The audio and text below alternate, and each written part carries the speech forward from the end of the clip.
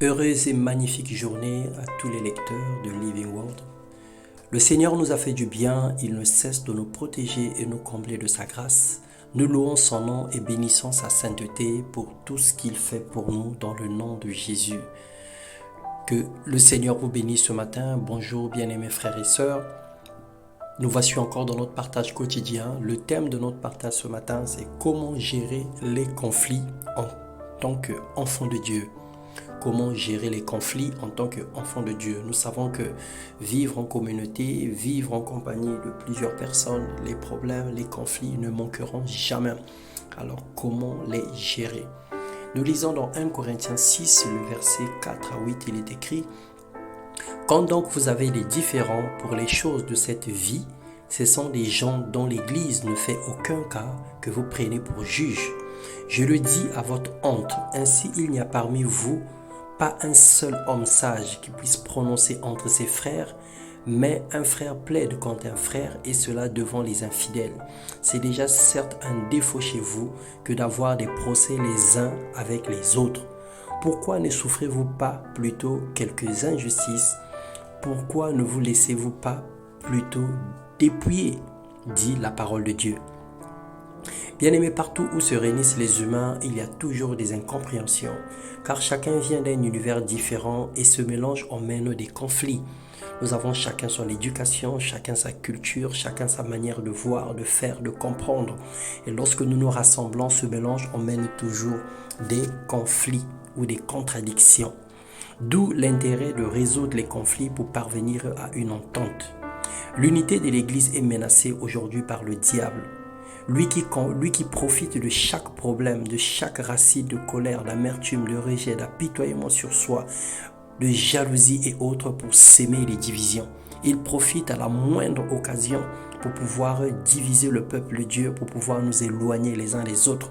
Parce qu'il sait que deux valent mieux que un, et si une personne peut faire fuir 1000, deux personnes fera fuir 10 000. Donc il essaie par tous les moyens de nous séparer pour nous rendre ainsi faibles. Ces émotions se retrouvent dans la plupart des conflits entre les chrétiens.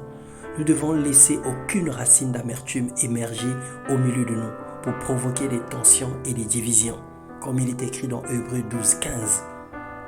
Que toute amertume, toute fureur, toute colère, tout éclat de voix, toute calomnie et toute forme de méchanceté disparaissent du milieu de vous, disait Paul dans Éphésiens 4, le verset 31. Toutes ces choses provoquent des divisions au sein du corps de Christ et attristent le Saint-Esprit.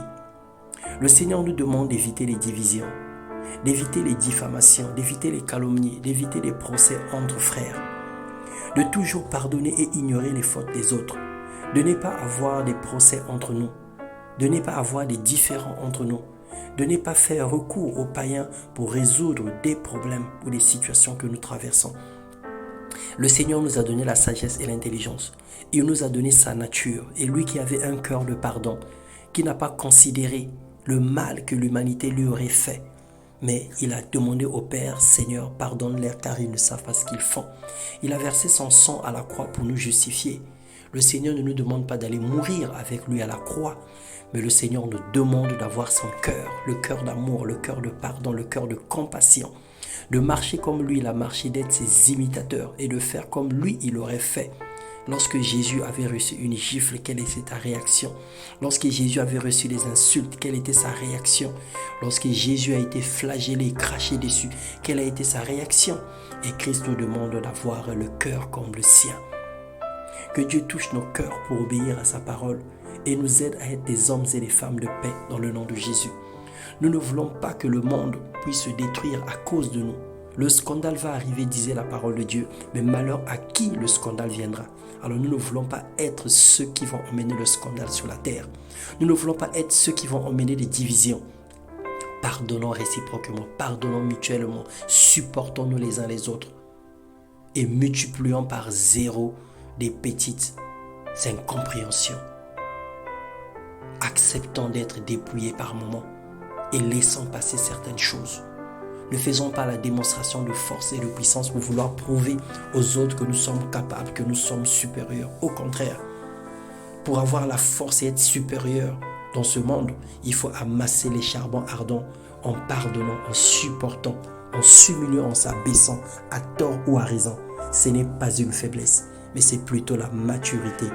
Que le Seigneur nous aide et nous accorde sa grâce pour pouvoir marcher en paix, pour marcher en nouveauté de vie, en faisant des choses comme lui, il veut que nous puissions le faire.